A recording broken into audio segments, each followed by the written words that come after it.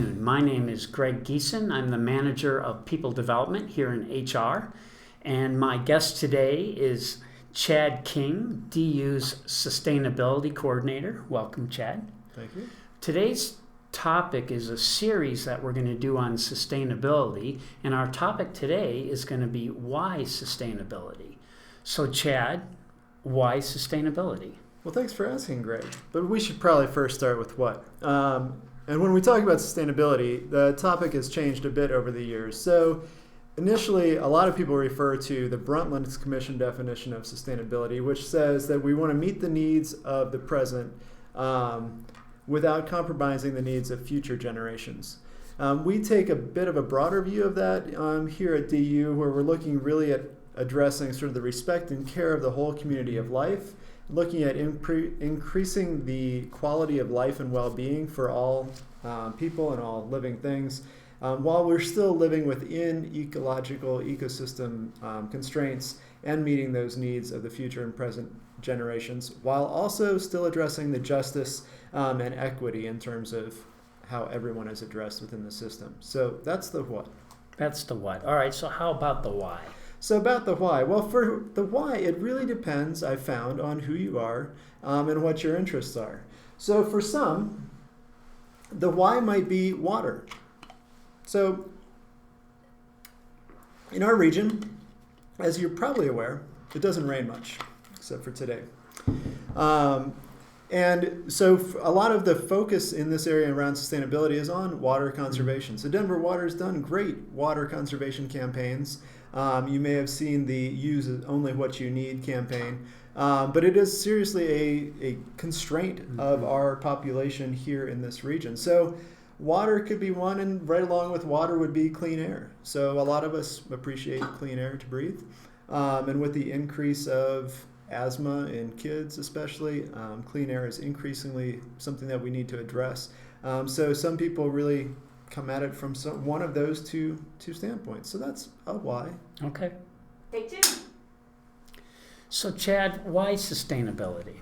Well, thanks for asking. One other reason for sustainability could be sustainable food. A lot of people like to know what they eat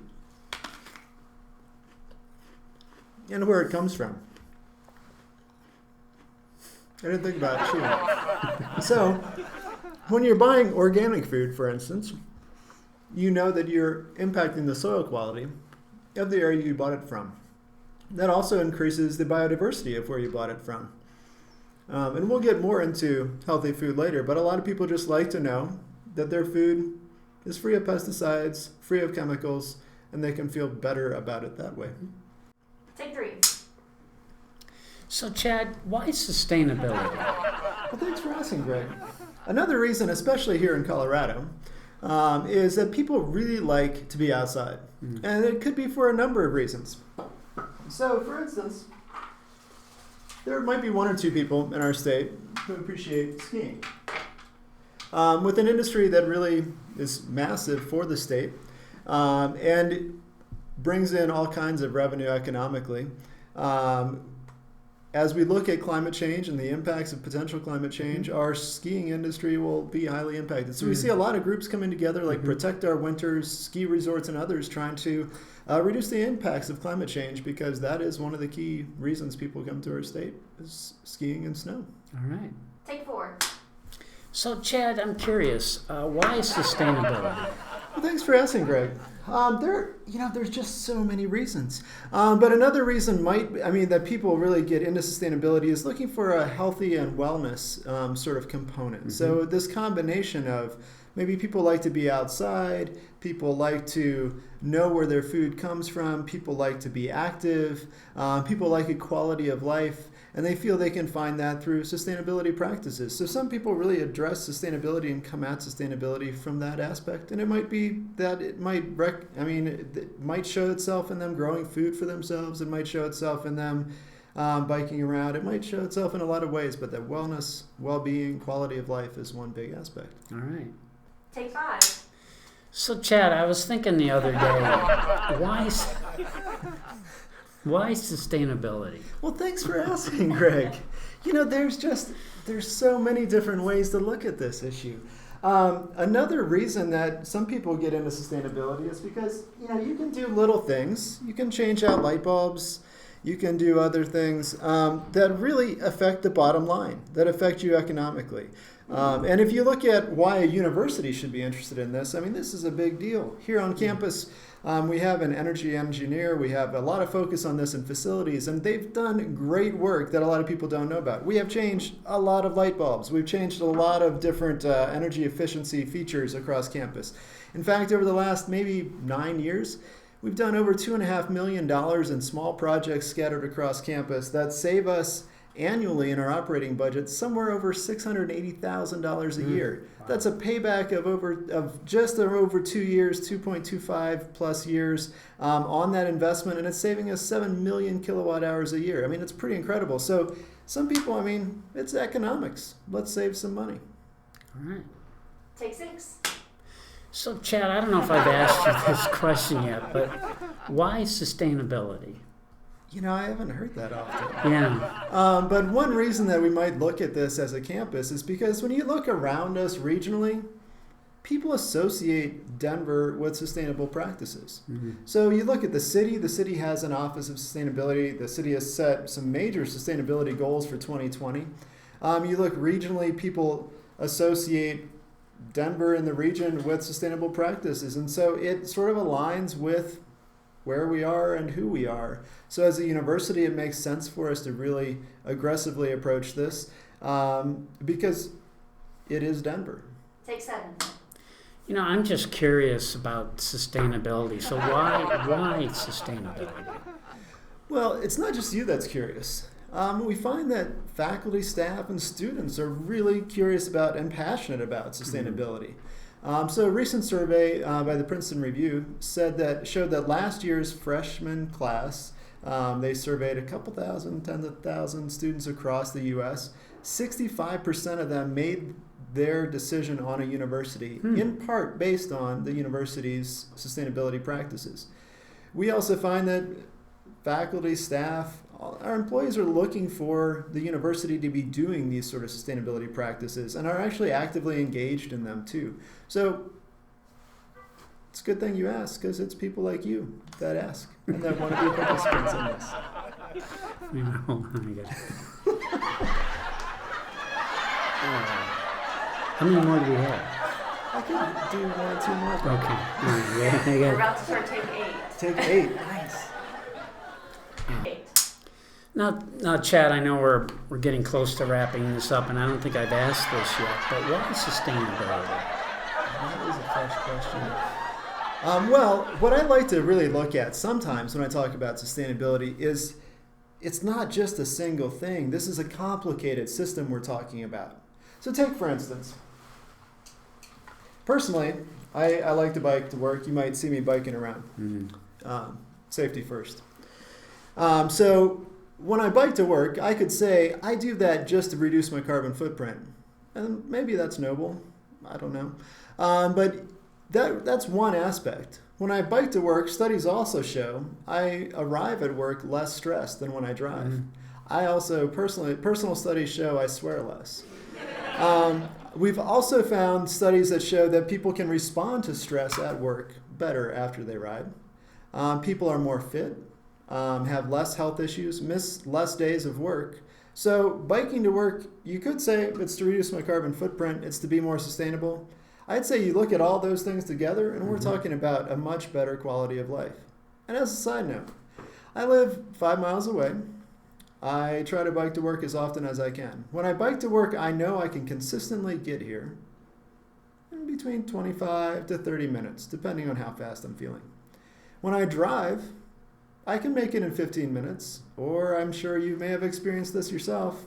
Sometimes it takes me like 45 minutes to an hour. Mm-hmm. So I find it's actually faster and more consistent way to get here. And I cuss less. Is this our last one? Last take. Take 9.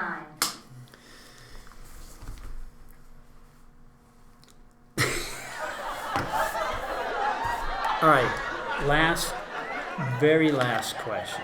Mm-hmm. Did you bring an apple for me. No. Why sustainability? I'm curious. Did I mention that this is kind of complicated sometimes?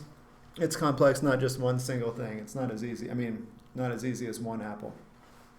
But again, if we look at quality of life, I feel like sustainability points to that. That's why people move to Denver. That's why people often get engaged in this. So if you look at this apple, if I'm buying a local, sustainably grown apple, I can feel good about the fact that it didn't travel across the country, 1,500 miles or so, like a lot of our food does.